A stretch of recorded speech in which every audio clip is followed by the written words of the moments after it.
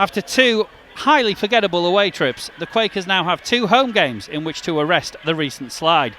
If they're going to start tonight, they will need to do to Buxton what no side has done to them in their last 5 games: score. The visitors arrive in good form with 13 points from the last 15. Alan Armstrong makes 3 changes from the 2-1 defeat at Leamington at the weekend. Theo Williams makes his first start, and Callum Griffiths and Jasim Suka also return, with Headley and Liddell on the bench and David Wheater and Jake Lawler out. For the visitors, Craig Elliott names an unchanged starting 11 from the 1-0 win over Southport at the weekend, and the bench is the same 5 as well.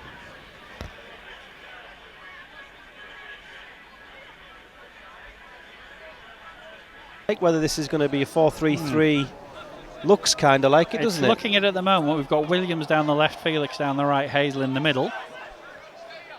Oh, there's the floodlights gone again, and Callum Griffiths speaks for all of us there as he throws his arms around in frustration. And really, Darlington Rugby Football Club need to sort this out. This is becoming a nonsense. 1 light flickering in the tin shed, 4 floodlights off at the opposite end as we sit here watching this now. Oh, Mike. Kane Felix strips off on that far side. He's got to lay too much on. It's going to feel cold as the evening goes on, but it's about 10 degrees when we were heading down here earlier. Newell is in a foot race there with Brad Jackson. Jackson wins it, and he's down in the corner flag trying to play it off Newell, and corner's going to be taken in front of that tin shed. Buxton have 3 or 4 players on the edge of the 18-yard box, 1 on the goal line, 1 on the edge of the 6-yard box. Left-footed corner comes in. It's all the way around the back, and it was won by a Buxton player, back stick, headed over, no clear finish, well over the bar in the end, but it was a Buxton head that got there first. Certainly was. Very deep crossover, everyone coming in. That should at least allow me to keep my phone going for a while. And then push comes to shove, we just push everything through my phone, and hopefully we still have a broadcast at the end of it all. We shall see how we get on. Ball played forward, Newell heads it down, it's picked up by Ackroyd.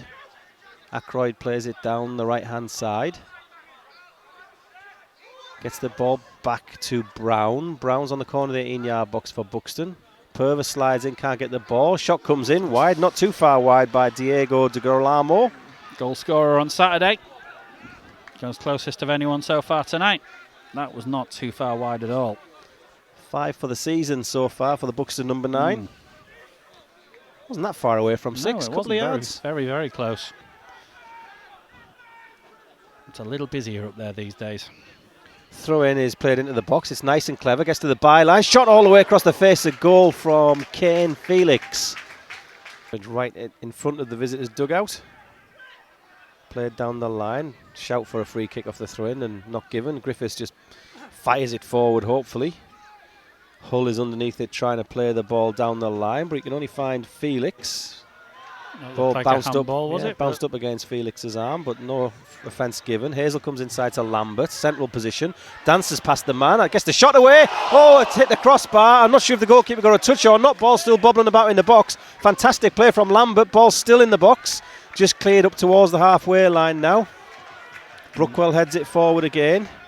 Moke heads it back towards the edge of the box, and then Buxton clear their lines. Really well hit shot from Lambert.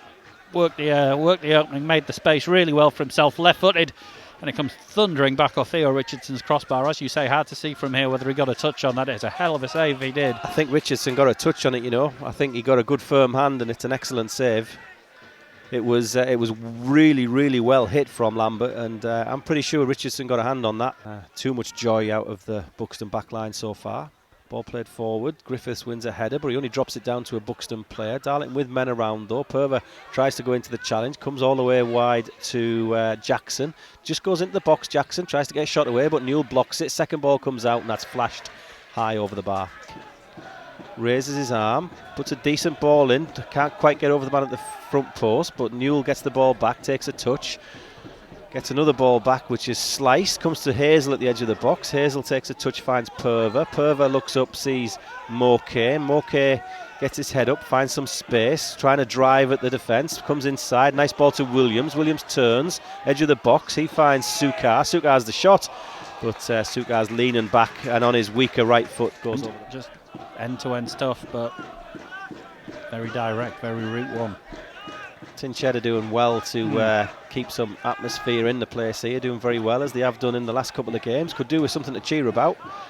Moke clicks the ball up into the air. Williams' touch is nice. Felix turns his man and has got a chance to run past him. Felix going right down the sideline, going to get to the byline, going to get the cross in. Decent cross, but nobody able to get there ahead of Theo Richardson, who comes and collects it and distributes it quickly with an overarm throw to, I think it's Brown on that right-hand side. He's over the halfway line already, plays the ball down the right-hand side, wide to the touchline. Newell's doing the defending for Darlington. Attacker pushes it past him. Flag stays down. Chance for the shot. It's gone in the net. That's an optical illusion almost. That didn't think that was going in, but it's gone over Taylor and it's found the far corner. I'm not sure anybody quite expected that one to drop in. Joe Ackroyd it is, who swings his leg onto the cutback, and I don't know whether it's caught a deflection and looped up off somebody, but it just hangs in the air and goes over Tommy Taylor almost in slow motion. Oh, I think it has took a deflection. That's why I think it's maybe touched Sukar on the way past. It didn't look like it was going goal bound, did it, from the naked eye? Just trying to have another look at it here. Oh, it's deflected off Sukar into the box, so it's... honestly, from where we were sat, that didn't look like it was going in. I thought it was dropping wide or roof of the net or something, and then all of a sudden you realise it's dropped in, and the handful of Buxton supporters that are here tonight are celebrating their side lead. Darlington will have the throw. Moke to Griffiths, well closed down again. It's going to take a little bit of magic from someone on the pitch to get through Brookwell. You look at how hard they're working Buxton off the pitch. It's like the old Liverpool high press job from when Jurgen Klopp first came in. Ball played forward. It's a good slide and tackle by Purver, wins the ball. Williams finds Hazel. Williams back into the box, finds Hazel. Hazel miskicks it slightly, just goes wide of the post. I think it might have hit the outside of the post on the way. Well, I'm not sure. Does he catch that as cleanly as he'd like? I don't think he quite caught it, but he almost got it goal bound. I agree with you. I think it just hit the outside of the post. It was a fantastic slide and challenge by Purver to set it up, and then a little interplay between Williams and Hazel. Jordan Barnett, but he does just about keep it in. Then he nutmegs Callum Griffiths, gets the ball back, does Barnett. Gets it back again for another occasion. Buxton just keep it in, comes wide to Conway, left-hand side. He's tried to go down for the foul, but the referee says no foul, so Felix breaks. Going to have a rare chance to run here, goes past the first man, gets his head up, plays the ball across. Nice ball, good vision that from Felix. It's a good touch from Newell. Newell on the edge of the box, finds Lambert. Newell goes to the overlap, chance for the shot. Can he get the shot away? It's blocked, comes back to him. Newell keeps it in, byline, and it's blocked behind for a corner. That's got the noise levels up a little bit though. I think there's a big shout for handball there, is there? I'm not sure if it was or not. Is that what the Tinched are shouting for? Handball or not, it's a corner either way, so the referee hasn't given it, but very good break that. Newell maybe just not getting the shot away as quick as he'd like. Corner comes in under the crossbar, no Darlington player able to get a touch. Comes back, Purver's on the edge, Purver's fouled on the edge. Surely Brookwell has the goal bound shot, but the referee has brought it back for the foul, and the Buxton players are gathering around the referee. What are they complaining about there? It's an absolutely clear foul. There's no advantage to complain about. Goal bound shot headed away. It would have been a corner, I think, anyway. But the referee pulling the play back as the Quakers did not take advantage of the situation. And from the edge of the D, it's very central. That's the one thing I would say. Think about the edge of the D. Tinched right behind the team. I think Darlington need to try and get back in this game at this point, really, next 5 or 10 minutes.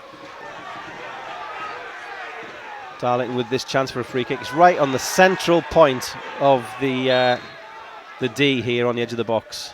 Hazel stands up, gets it round the wall, hits the post, comes back onto the penalty spot and is cleared away. And for a third time this evening. I know what you're going to say, Mike. Third time this evening it's at the woodwork, but Buxton have the counter-attack, so you've had to pause to let me carry on here, because Buxton with another chance to counter-attack, get the ball at the edge of the box, going to work it left, come back inside. Darlington have got men behind the ball now. Buxton coming now down the right-hand side. Chance for the shot from distance. Taylor has to palm it away. It was Girolamo who had the shot. Comes back to Barnett, left-footed cross onto the penalty spot. It's well cleared, headed back into the box by Buxton. Still working the ball in Darlington's half, keeping some possession.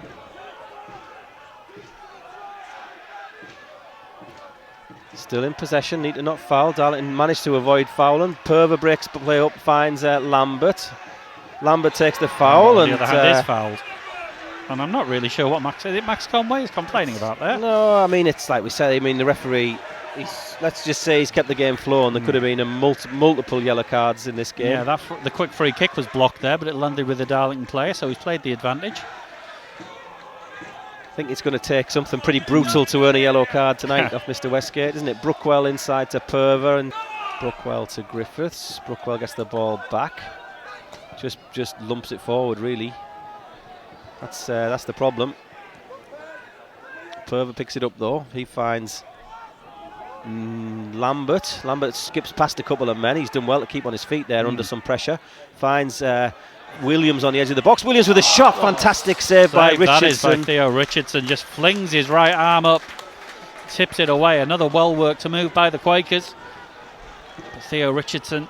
At the moment, you've got to have that bit of quality. quality. Attack that second ball as it comes down.